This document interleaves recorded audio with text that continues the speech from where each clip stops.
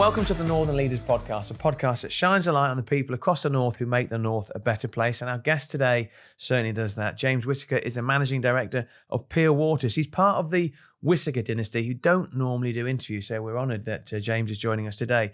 His father is the legendary John Whittaker, the chairman and founder of Peel Group, the organisation that gave us such schemes such as MediaCity, Trafford Centre and Peel Ports and many more besides.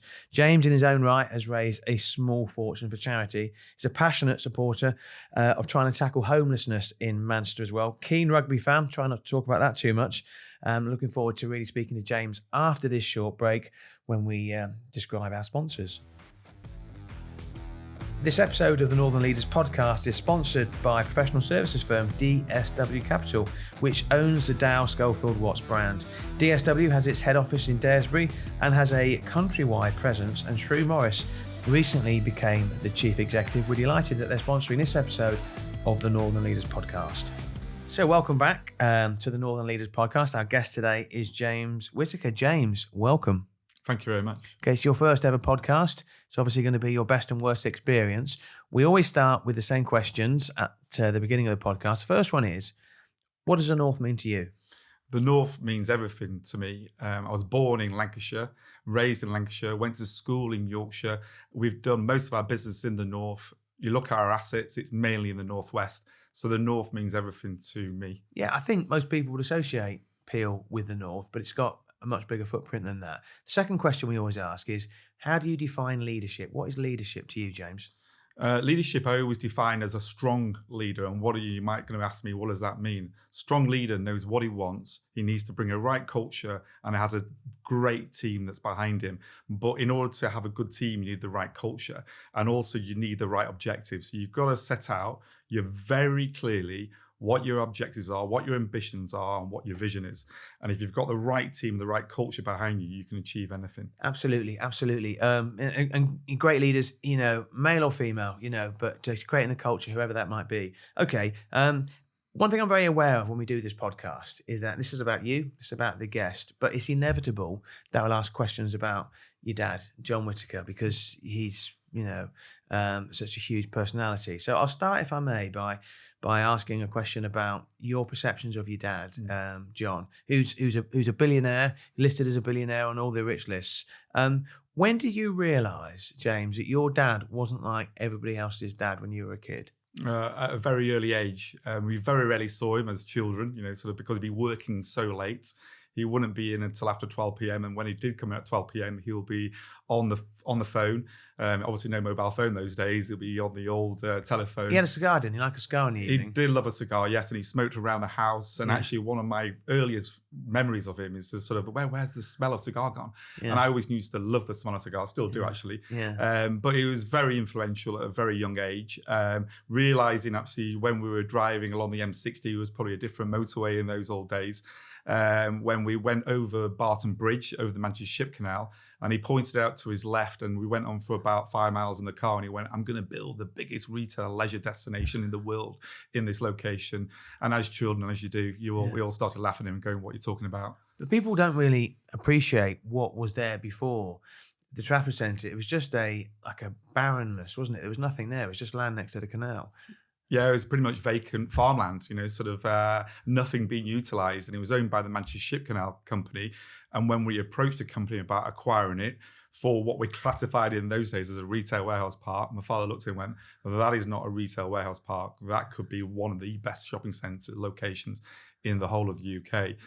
But the ports weren't willing to sell it. So that's why we had to go and buy the Manchester Ship Canal and took over the Manchester Ship Canal company. And we're going to talk a bit about that story later on as well. But it's worth saying that, so how old would you have been then in terms of when, because your dad's got a reputation of being a visionary. The same with MediaCity. He saw something and thought, I'm going to create this, this and this. Okay. How old would you have been then when you were pointing at the land below the Barton Bridge? I would have been 6 or 7. So a significant, I'm now 54. Yeah. So nearly 50 years ago when that vision was set out. Well, it's nice to meet somebody who's a year older than me. Can I just say that as well? So in terms of your dad, not really a hands-on dad when you were a young man. One of the stories I like about yourself is you went to boarding school, I think at the age of 8, and your dad gave you some advice, didn't he? He told you something. Tell us about that. He did. He said, look, first thing you've got to actually achieve at Ampleforth, which is the boarding school I went to in Yorkshire, he said, don't worry about education, just play first team rugby. And I said, I can do that. I was a decent sports person, but not particularly sort of great at the academics. So I very, very much suited that request of his. What was the reason behind that, in a sense that he wanted you to focus and to get in the first team at rugby, whereas academia, some people would consider to be more important as well. Was that largely about, if you play first team rugby, it's about life lessons? What do you think your dad was getting at then? So after actually I did qualify and got through university, I did actually ask him that question. So I said, why did you tell me that when I was 8 years old? And he said, rugby teaches you every life lesson you need to learn. I went, well, what sort of life lessons? He went, teamwork. Obviously understanding your position, the strength and weaknesses of individuals. You wouldn't put a prop out a wing, would you? And you wouldn't put a wing and prop. So it's understanding the strength and weakness of every single individual, that teamwork, the hard work that goes into training, the commitment you've got to make for your teammates, the camaraderie, the social interaction between teammates. These are things that you don't learn just on the street, but a sports team like rugby really brings that to fruition. Now, both of us are huge sports fans. Some of us, like yourself, actually does something about it. But you were 8 years of age when you went to boarding school. Now, some people might say that's really young. You loved it. I absolutely loved it from day one. I felt like I got 10 new brothers because there was 10 new boys in my year. I thought, well, actually, I can play football, I can play cricket, I can play rugby with these guys. I had a brother at the time at home. He was a bit older. And we played really well. But actually, now I've got 10 more of them, which is quite unusual, actually. I did find a lot of my teammates and also the people I was at school with very upset for the first year. And I said, well, why? Because you've got this play area, you've got these people, you've got the education, you've got the sports, you've got the facilities. Let's embrace it. So it was a very unusual reaction, I think, from a child of 8 years old. So we were talking before about academically, and you made the point that you were in the bottom set at school. You didn't worry about it as well, but just explain your academic journey at boarding school. Yeah, so my academic journey was a case of just get through, so my father said to me, just play first team. So that was what I was focused in on rather than my academia. And so therefore I actually got to my O-level stage, and the father who looked after us at the time at Ampleforth School, obviously it's a monastery and it was all run by monks. He said to me, James, in order to play first team rugby, you've got to have 5 O-levels. To which was a bit of a shock to the system. And so I said, well, what 5 O-levels do I need? He says, well, you need maths and English. You need those 2 for certain. And we need to pick another 3 in which you can basically get through. So is that Father Timothy? Father Timothy, that's correct. Yeah, yes. and he had a big influence in your life, didn't he? Just tell me a bit about Father Timothy. So Father Timothy, he was on my full master now from 13 to 18 years old. He obviously got me through the O-levels. He also got me through A-levels. You needed 5 to get to sixth form. That's correct, yeah. You he got me got those. 5? Yeah. Okay. He sat me down and actually for about 2 or 3 hours, he set out a revision structure. Revision to me at the time for what is revision. Yeah. So he actually sat down to take me through a process of what revision would look like and how do I learn and how do I get through these particular exams. He got me those 5 O-levels. He then got to A-levels and said, what do you want to do next, James? He said, you've played your first team rugby. He said, well, I want to be the first Whittaker to go to university. He said, well, you need 3 A-levels. So I went, all right, okay. So what sort of grades do we need? He said, well, it depends on sort of what you want to do. I always had property in the veins from a young age, having to go and collect rent from my father on the farms and everything else. So he said, right, let's sit down. You're doing history, geography, and religious studies. Learn the facts. Tell a bit of a story around the facts, and we'll get you a pass. And you got a pass. And sure enough, we got 3 passes, and we managed to get to university. But you said that you were in the bottom set at boarding school, but a lot of people, a lot of your contemporaries who were in the bottom set, have gone on to be really successful, whereas a lot of the people in the top set haven't been as successful.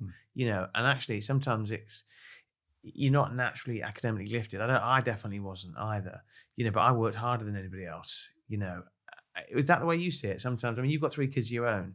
I don't know if you tell your kids, it doesn't matter about your education, just play first team rugby. But, how do you look back on that? And what advice would you give your own kids? Yeah, I wouldn't give that same advice to my kids. I'm not told them that. So I hope they're not listening to this. Yeah. What I would actually say to them is sort of, obviously, education, it is important, and it's very important to have that base. But also at the same time, you need to be streetwise. And also understand how to interact with people, how to mix with people, how to socialize, really important parts of what we do as everyday jobs. I remember a reunion we had, 25-year reunion from our old schoolmates. And of all the bottom setters, we compared ourselves to the top setters, and they were by far so much more successful than the top setters. And we sort of had a discussion around that. Why is that?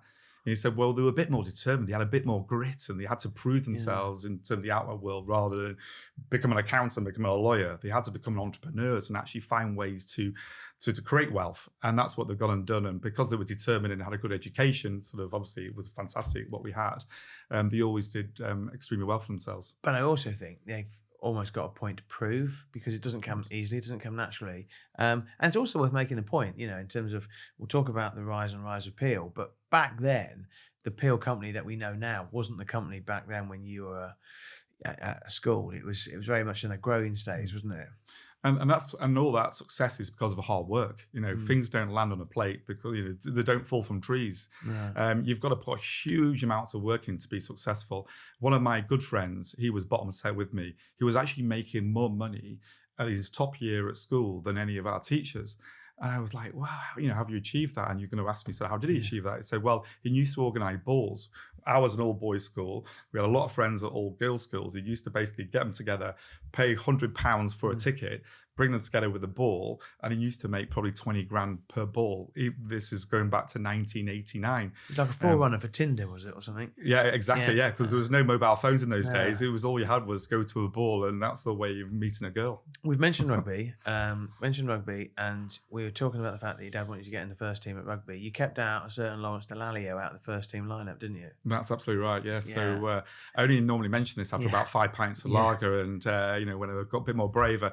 But yeah, so no, Lawrence Dallaglio was at Ampleforth, and but he only joined when he was 15, 16 years old. He was a great basketball player. Yeah. He was always tall, always very fast, and they weren't quite sure what position to put him in. So I think they started him at centre, and clearly sort of centre role for him wasn't right. Then he went in second row because he had the height.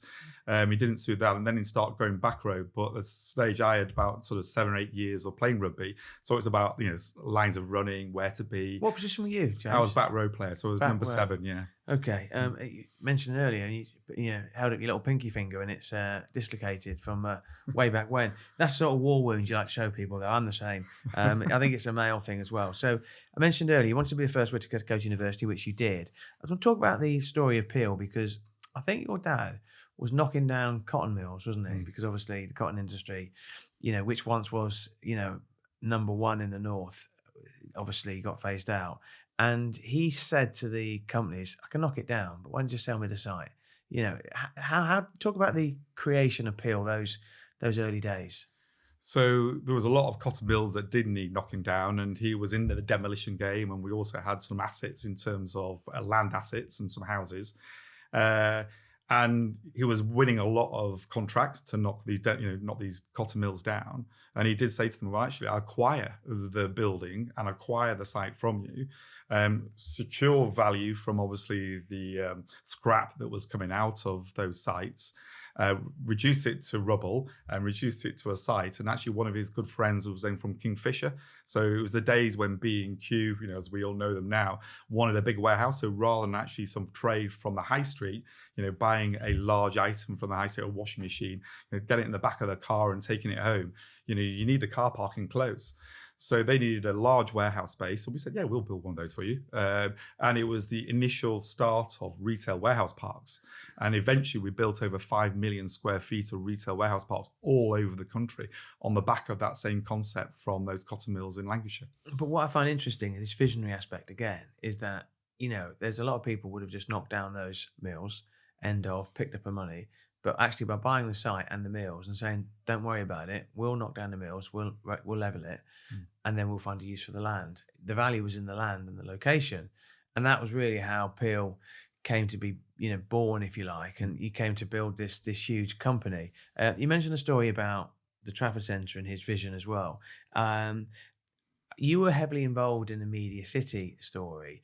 Now, obviously, the BBC were looking for a site outside the north. The story that I heard, and you'll tell me if it's wrong, I hope it's not, but most of my stories are loosely based in the truth. Sunday Times, your dad's sitting there reading, and he reads a story about the BBC wanting to look for a location in the north, and your dad circles it, and he gets on the phone to somebody within the PL Empire and says, right, we want them in MediaCity, which doesn't exist yet, to be the anchor tenant for the whole MediaCity concept. True or false? I think part of it is true, yes, absolutely. Yeah. But I think the few of us caught the requirement. Yeah. So I had a call from someone like James Lang saying, James, you need to put a one-sheeter in terms of Salford Quays. A one-sheeter, just explain, okay. That was like a tender, wasn't it? It was a tender. Just put your interest in the fact you've got land available in Salford Quays, and also the planning permission in which to deliver a large employment-based residential mixed-use development. You've got the land there. You should be putting that in as a potential location for MediaCity. So I think a few of us picked up it at a very late stage. We've got that one-pager in. That tender was to go to the BBC. So when the BBC were deciding where they were going to move into the north, your name was in the hat. Absolutely, yeah. Well, Manchester, obviously, as a city was, a lot, as well as Leeds and other Newcastle and other locations around the UK. But then when obviously Manchester was shortlisted, we ensured that Salford Quays was hopefully in prime spot to secure that requirement. It's worth saying that Sir Howard Bernstein, who was really the inspiration for the Northern Leaders, the concept, he really wanted the BBC in Manchester, didn't he? And although a lot of people would see Salford and Salford Quays as part of Manchester, it is a different borough. So, Andy Burnham spoke about the fact that was an awkward conversation, but what are your memories of Sir Howard Bernstein? Because the impression was that your father John and Sir Howard didn't get on, but I think the truth was they did. Oh, absolutely. They were really good friends. And we had a joint venture with Manchester Council for over 40 years that started in the 1980s when we bought the Manchester Ship Canal company because we owed them a bit of money. So we said, let's form a joint venture. Let's create revenue and profit within that joint venture, and then we can pay you off, and we regenerate parts of the city that were really difficult, such as around Cheetham Hill, Longsight, and Coast at the time, believe that or not, going back 15 years ago. And they were very good friends. We used to have regular dinners, lots of red wine, nice food. It was quite awkward at times when obviously the congestion charging subject came up. And it's worth mentioning that, just for background for our listeners who don't know, but Manchester was proposing a congestion charge, I think of £5 for cars coming into Manchester because of the problems with clogged up roads. It's not like that problem's gone away, is it? And your dad was one of those people who came out against the congestion charge and said it would be counterintuitive. And obviously it came to pass that we didn't get a congestion charge. Now how did that square between your father John and Sir Howard? That was quite a difficult conversation. I remember going. Was there any red wine flowing that There night? was a bit of red wine flowing. I remember going to a board meeting and we said, right, we're not going to pick up the subject on congestion charge, are we? Let's focus in on the regeneration project we've got, a joint venture. And we all agreed we wouldn't touch the subject. So my father actually said, well, I've got a subject I'd like to cover. He said, James is the only son and the only child that not to take one of my breed of Spanish water dogs. And he said, and Howard went, oh, right, why have you done that, James? And my father then just chirped and went, because his wife wears the pants. And I was like, let's air our dirty laundry in front of Howard and Sir Richard Lees. But no, we had a really good relationship. I mean, obviously that went out to referendum. Not only did obviously we object to it, there were others people that objected to it, but it went out to the referendum, and obviously the public made a decision that we didn't want congestion charging, because the way we felt about it, it would affect potential investment coming into Greater Manchester. Because I know at the time we didn't speak about Greater Manchester that much. It was like Manchester, Salford, wasn't it, Trafford? And we always looked at the Northwest as being one, hence the Ocean Gateway, and why we went out with a project to bring the whole of the Northwest together. So we were very much for the case of, look, this is just going to be, the congestion charge would be bad for Manchester and Greater Manchester.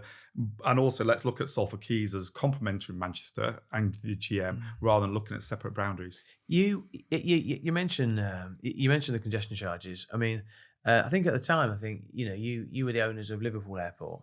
I think your father's suggestion was, because the council and the Greater Manchester Council's own Manchester Airport as well, But the suggestion was that if you charge people £5 to get into Manchester, it's going to put people off from Greater Manchester, and that conveyor belt of success will stop.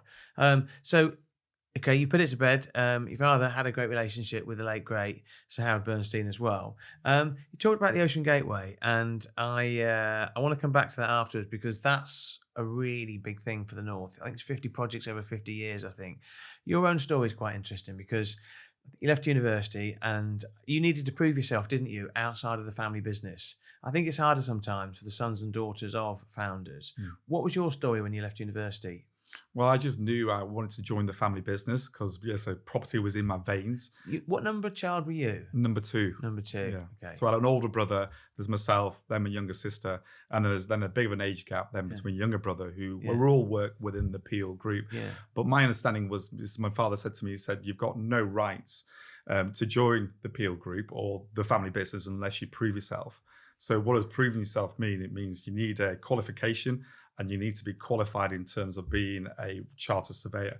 So I thought, well, the only way of doing that for myself was going to university, getting a degree, then going on to carry out the work experience and becoming a member of the RICS. So it wasn't a gimme, was it? It wasn't a gimme that you joined Peel, the family business. No, and he's very much like that. He said, no one has the right to join a family business. The family should be serving the business, not the business serving the family. Sometimes, you have to use tough love, whether it's in a family environment or a work environment as well. I'm going to talk about your mum, Patricia, in a minute, because in many respects, she really raised you when your dad, John, was out, creating the Peel Empire as well. Was your dad very much the hard school type approach to parenthood? Very disciplined, very much a case of work hard. So when we came back from our terms from being at boarding school, it wasn't a case of lying around. You had to go and work, whether that was digging holes for building trees in the garden, whether that was going to the cotton mills and clearing out cotton mills, whether that was going to demolition sites and clearing out rubble. We didn't have a day off even coming back from a holiday. We had obviously a nice holidays going to Portugal and Spain and stuff. But yeah, if we were at home, he did not want us to lounge around. Idle hands, I think, is the phrase that's used. Listen, James, don't go anywhere. We're going to go for a quick break, and when we come back, we're going to be talking much more about your role in Peel today.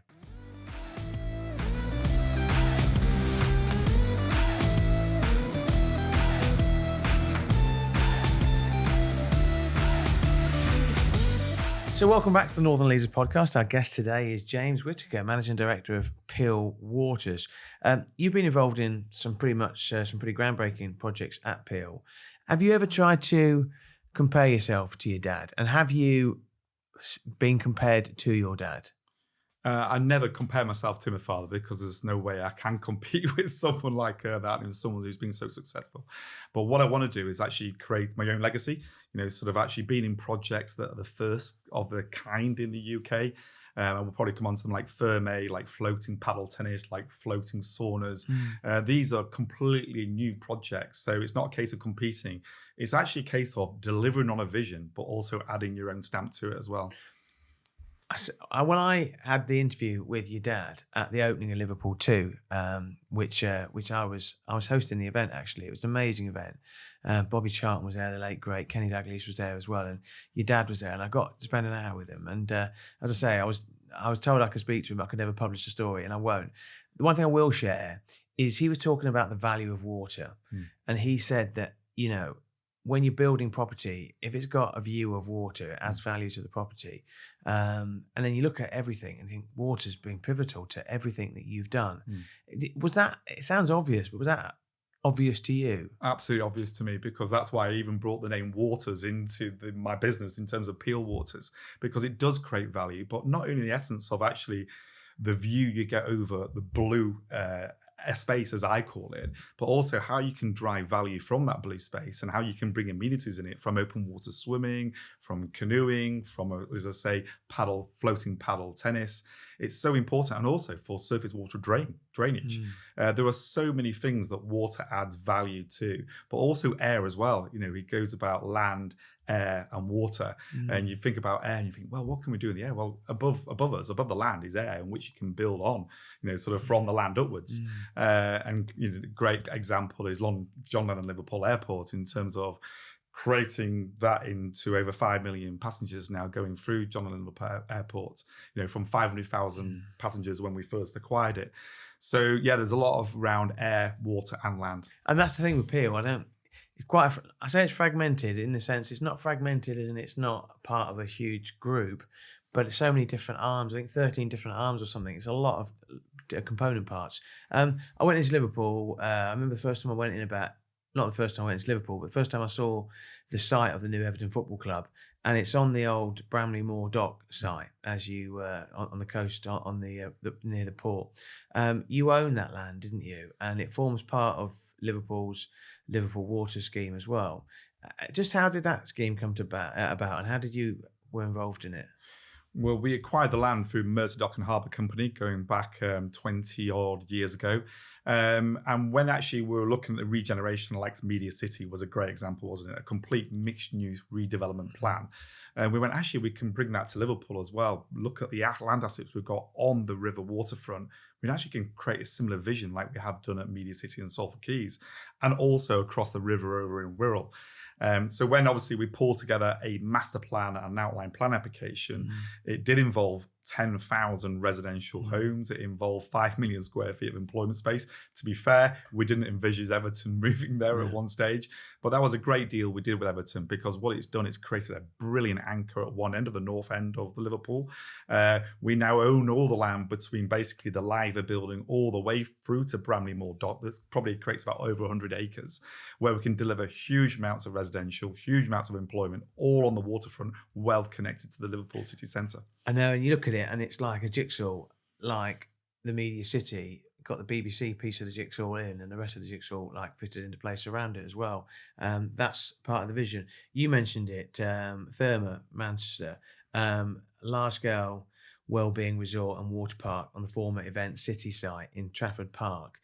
You very kindly brought in some images of what it's going to look like, and it's done across 26 acres, I think. Is it the largest glass-fronted wellbeing building in Europe when it opens in 2028? It will be the biggest glass building in the whole of Europe when it opens in 2028.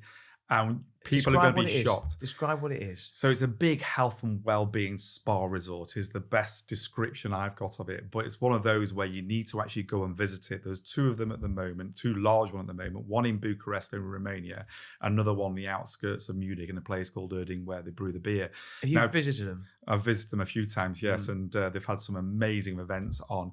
The Bucharest one, though, is the one that I keep talking about because it's 400,000 square feet, one huge big glass box isn't right building, and in there you've got 25 saunas, 20 odd steam rooms, you've got the wave pools, you've got the swim up bars, you've got the hydrotherapy, you've got massage, you've got the sauna, the sunbeds, you've got everything basically, but at a quality you've never seen before. It's also got all the water slides, so over 30 water slides so the children could be happy in there. There's an adult section, there's a family section, but it's the quality of the environment that is very difficult to describe. There's over 3,000 palm trees, and each of those palm trees, believe this or not, they have a personality, they have their own name, they're fed their own diet. The quality of the environment is something that you've never seen before, but also at a good price as well. So for a day, you can pay £40 and you'll be in there for the day on the water slides, in the saunas, in the steam rooms, and having a very pleasant time. But it's the first Therma, it's the first one in the UK, and it'll be here in Manchester. Yes, it will be, yes. And we're really proud actually coming to Manchester in the north, because they could have gone to London very easily to sort of target London and said, well, good luck with finding 26 acres of land in London in a really good location. So you come to Manchester and they were like, well, are you sure? We said, well, let me show you first and foremost. So I showed them a variety of locations in the north, from Bolton through to the Wirral. And obviously they didn't sort of match what they required in terms of the dynamics in demographics, location, people coming in. But when I showed them a potential site right next to the Trafford Centre, they went, that's a no-brainer.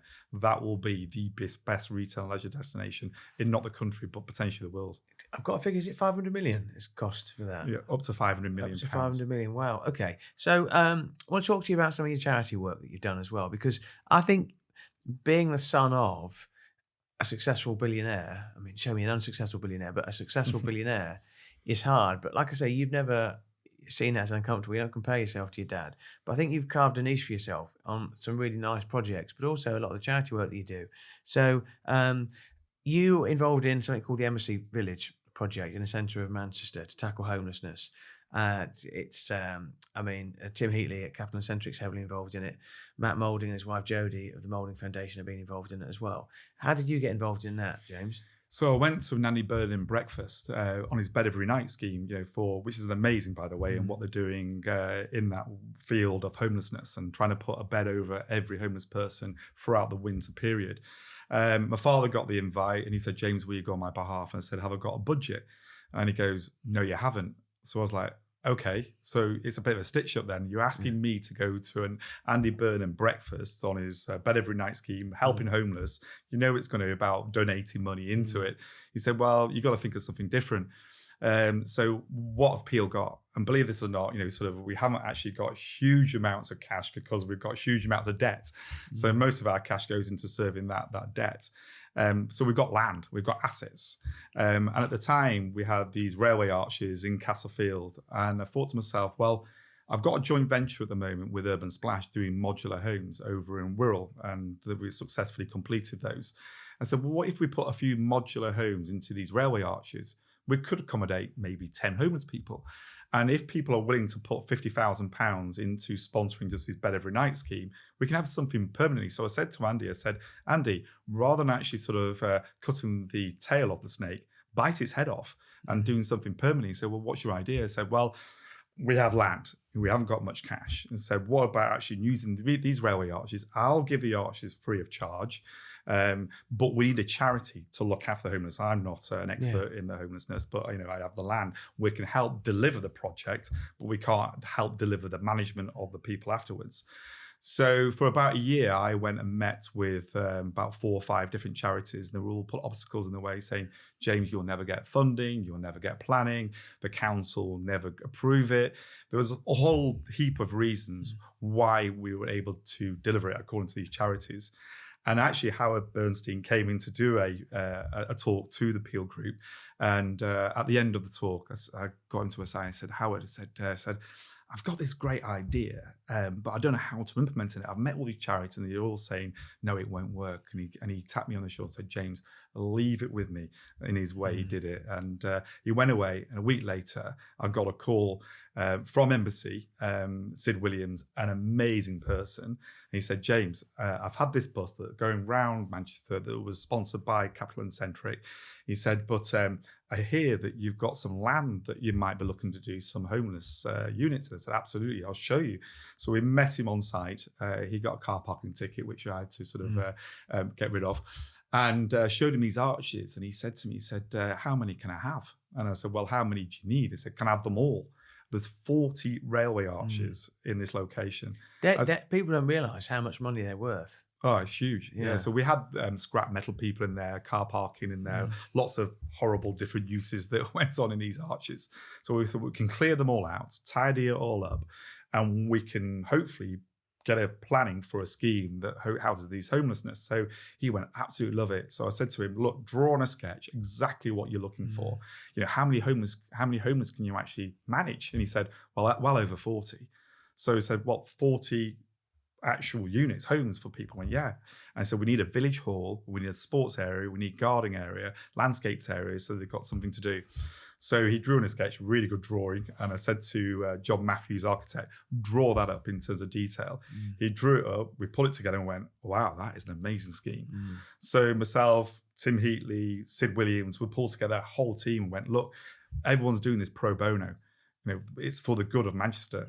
And the feedback and the amount of contribution we had from every business in Manchester on a pro bono basis was absolutely outstanding. I was absolutely gobsmacked by them all, to the point whereby a chairman of a large law firm called me up and said, James, thanks for getting involved in this scheme. And I said, there's no fees. And they went, absolutely, it's the best project we're involved in. There's a great quote from another guest of the Northern Leaders podcast, Lisa Mawson of Roland Dransfield, and I asked her what one of her values was, and she said the one that she likes the most is, you plant trees you'll never see. And the idea is what you're talking about is, yes, you will see them, but it's not for you. It's for the people who are going to be benefiting future generations. Ultimately, about trying to tackle problems at source, but with genuine solutions. Okay, going to take you back to a period in your life you probably don't want to go back to. 2008. I've mentioned before you've done lots of good causes. You decided, well, I heard the story. You're in a meeting of Peel, and they were discussing the Ocean Gateway project, which is like 50 infrastructure projects across the north. Okay, and the idea was, how do we attract attention to the Ocean Gateway project? And at a similar time, your sister suffered a stillbirth, a tragic stillbirth, in hospital as well. So you just said, right, okay, I will swim the 36-mile length of the Manchester Ship Canal, and I will raise money for the New Children's Hospital Appeal after what happened to my sister. Okay, and everyone said, "Are you mad?" What happened? I'll just correct you on the story. So around a board table, I'm all the used to directors of being corrected. Yeah. we're around a board table, and we actually planned the Ocean Gateway. We had all the brochures ready, £50 billion, 50 projects within 50 years. That was the essence of the 50-50-50, the Ocean Gateway. But my father was like going, well, but how do we bring every local authority, every public sector, other private enterprises involved in this? Because it's not just us that should be doing it. It should be the bigger and the greater good of the whole of the Northwest. And that goes back to your Northern Leaders element. And we went, right, okay, but we need to just somehow sell it. And said, well, you need to take them down the canal. We've got obviously the ferries that went from Manchester all the way to Liverpool. Takes 6 hours to go down the canal. He went, yeah, but there won't be people who want to come onto a ferry and stay there for 6 hours. And I went, well, you need to do something different. And said, well, I've just done some Ironman events. And I said, well, I'll swim it. Not quite sure how long the Manchester Ship Canal was, and I thought it'd be about 10 miles or something. It's a schoolboy error. It was a schoolboy error, and I said to Peter Nears, my colleague who sat next to me, said, "How long is the Manchester Ship Canal?" He went 36 miles, and how bad is it in terms of water quality? He went, not good. And he went, but my father was like, "You're doing it."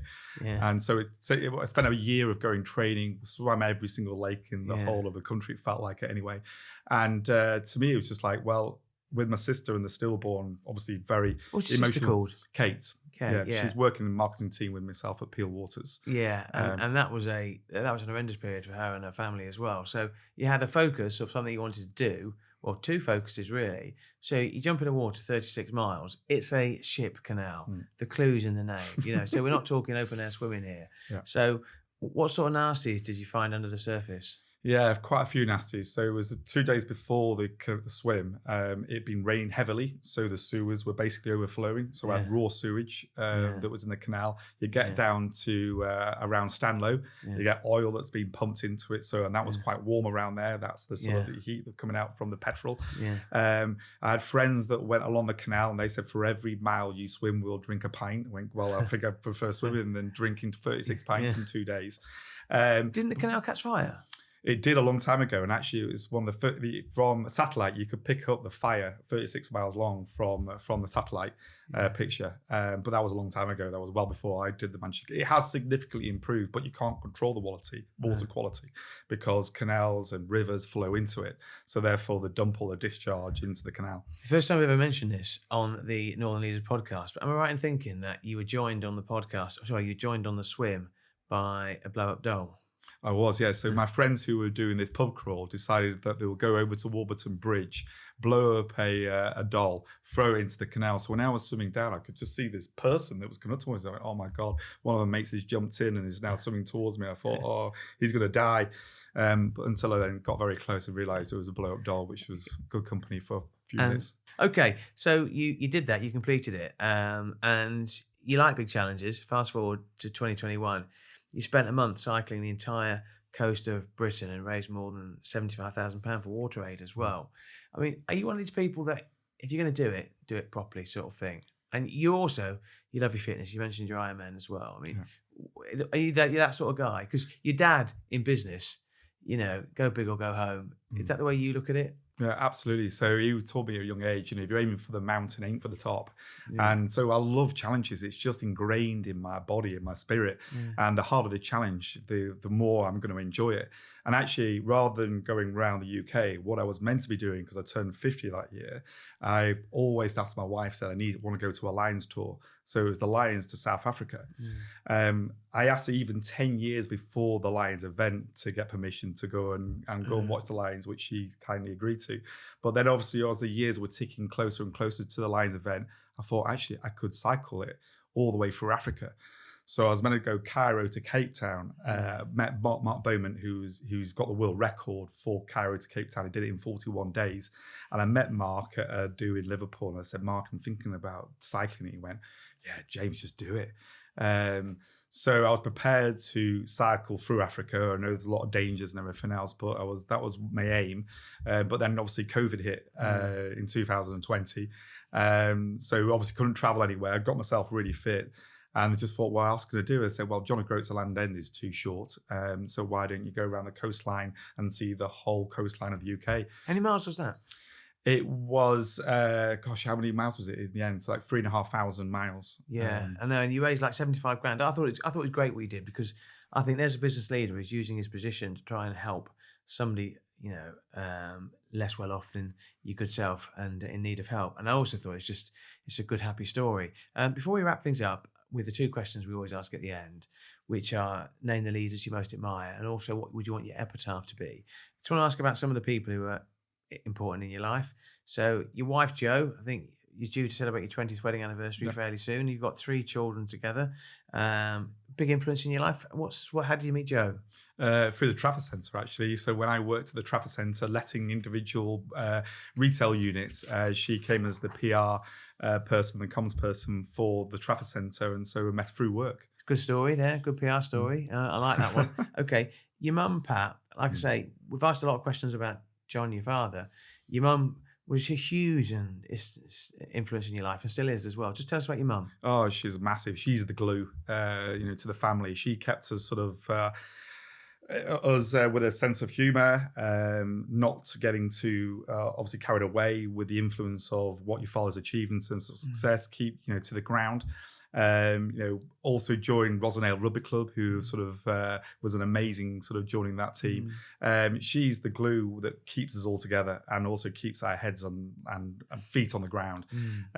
Just little basic things, just sort of appreciate the pound, appreciate the family, sort of appreciate love, fun, and what life's got to throw at you. And that's the attitude she's brought on every single one of us. And just bring us up to speed with your dad. He's 83 now. It's funny, actually, looking at you.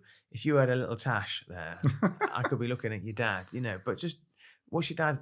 I know he's still involved in Peel, but just tell us a bit about what your dad's doing these days. So he's keeping fit. He lives over in the Isle of Man. He's very much involved in Peel, looking at it from a headline down. Very much involved in other direction we're going into. He will be working to the day he dies because he just loves work and he loves actually what he's created, and it's an amazing. And I heard that story about his fitness. Did you running or cycling or? Yeah, he still runs. He still cycles. He walks. He swims. He's got. I was over actually at his house over the weekend, and so he went walking on the treadmill for about an hour. He went for a swim for half an hour afterwards. Went in the sauna, the steam room. He plays golf. He keeps himself extremely fit. He's formidable, absolutely formidable. Okay, so the last 2 questions we ask are: what Northern leaders do you most admire? I actually think we've touched on probably the 2 of them. Most influential was probably Howard Bernstein.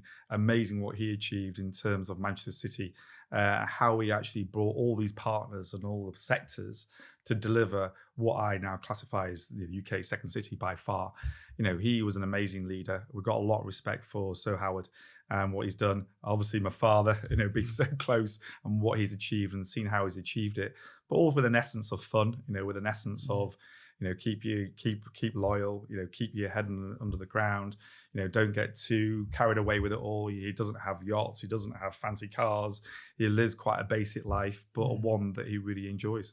And you like nothing more than having a pint with your rugby mates and talking rugby. Final question: many years from now, what would you want your epitaph to be, James? My legacy. Yeah, call it what you want, but I want to basically pass on to my children. I want to be able to drive my children to these developments, to these regeneration sites.